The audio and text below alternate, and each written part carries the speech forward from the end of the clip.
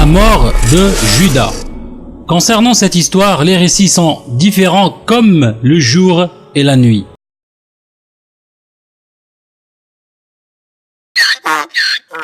L'écrivain de l'évangile selon Matthieu nous raconte le sort de Judas dans Matthieu 27.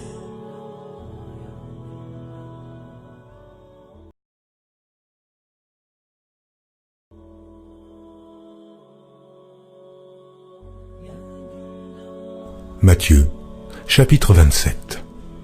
Alors Judas, qui l'avait livré, voyant qu'il était condamné, se repentit et rapporta les 30 pièces d'argent aux principaux sacrificateurs et aux anciens, en disant « J'ai péché en livrant le sang innocent. » Ils répondirent « Que nous importe? Cela te regarde. » Judas jeta les pièces d'argent dans le temple, se retira et alla se pendre. Les principaux sacrificateurs les ramassèrent et dirent « Il n'est pas permis de les mettre dans le trésor sacré, puisque c'est le prix du sang. » Et, après en avoir délibéré, ils achetèrent avec cet argent le champ du potier pour la sépulture des étrangers. C'est pourquoi ce champ a été appelé champ du sang jusqu'à ce jour. Alors, dans ce récit rapporté par l'écrivain de l'évangile selon Matthieu, on lit que Judas a regretté son geste. Il se repentit, jeta l'argent du crime et alla se pendre.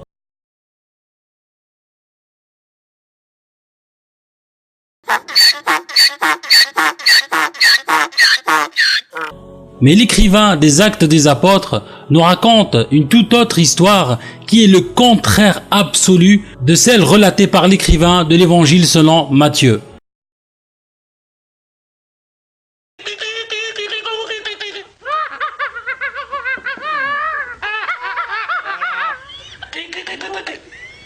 Actes des Apôtres 1, 18 et 19.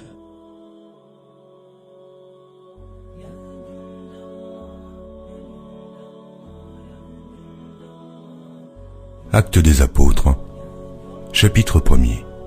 Cet homme, ayant acquis un champ avec le salaire du crime, est tombé, s'est rompu par le milieu du corps, et toutes ses entrailles se sont répandues. La chose a été si connue de tous les habitants de Jérusalem que ce champ a été appelé, dans leur langue, Akeldama, c'est-à-dire champ du sang.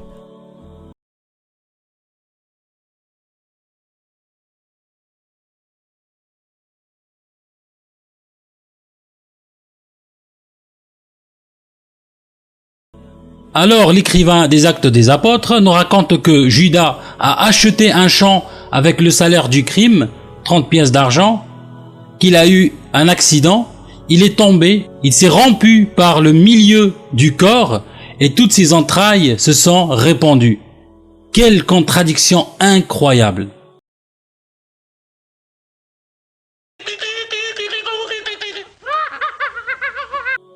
Qu'est-ce que Judas a fait avec l'argent du sang qu'il a reçu pour trahir Jésus? Dans Actes des Apôtres, il a acheté un champ. Dans Matthieu, il a jeté l'argent dans le temple, il est parti.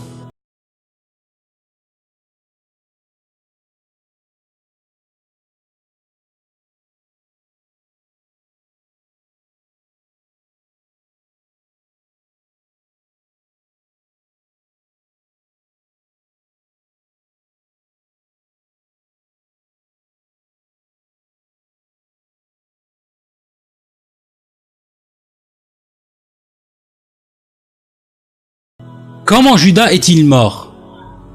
Après qu'il ait jeté l'argent dans le temple, il est parti et s'est pendu. Ça, c'est la version de l'écrivain de l'évangile selon Matthieu. Après qu'il ait acheté le champ avec le prix du sang, il est tombé par accident, la tête la première. Il s'est rompu par le milieu du corps et toutes ses entrailles se sont répandues. Et ça, c'est la version de l'écrivain des Actes des Apôtres.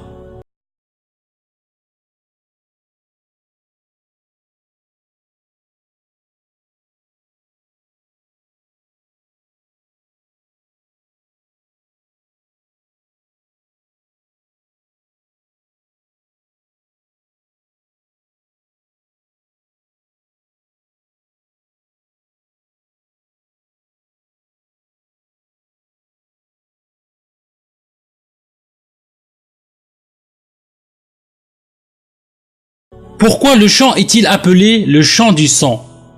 Puisque les prêtres l'ont acheté avec l'argent du sang, selon l'écrivain de l'évangile selon Matthieu, mais selon l'écrivain des Actes des Apôtres, en raison de la mort sanglante de Judas là-dedans.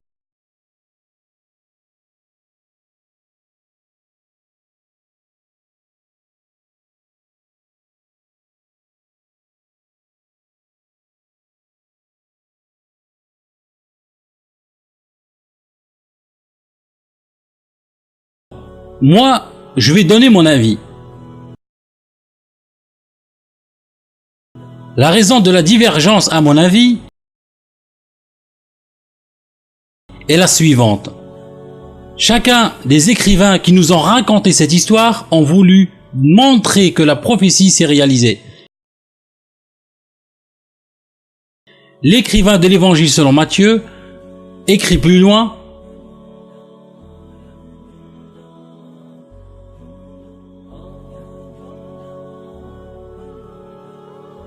Matthieu, chapitre 27. Alors s'accomplit ce qui avait été annoncé par Jérémie le prophète. Ils ont pris les 30 pièces d'argent, la valeur de celui qui a été estimé, qu'on a estimé de la part des enfants d'Israël, et ils les ont donnés pour le champ du potier, comme le Seigneur me l'avait ordonné. L'écrivain des Actes des Apôtres écrit aussi: Actes des Apôtres, chapitre 1er. Or, il est écrit dans le livre des psaumes que sa demeure devienne déserte, et que personne ne l'habite, et qu'un autre prenne sa charge. Chacun des écrivains nous a raconté l'histoire comme il l'a voulu, ce qui veut dire on ne sait pas ce qui s'est vraiment passé.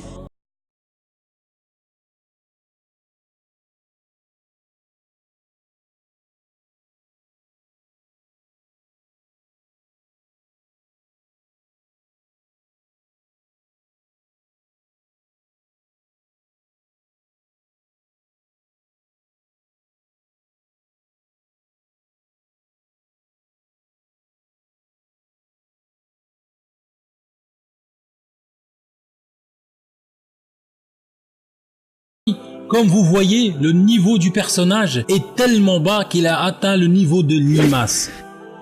On comprend pourquoi il refuse le débat en criant au viol. La vérité, c'est qu'il n'a pas le niveau.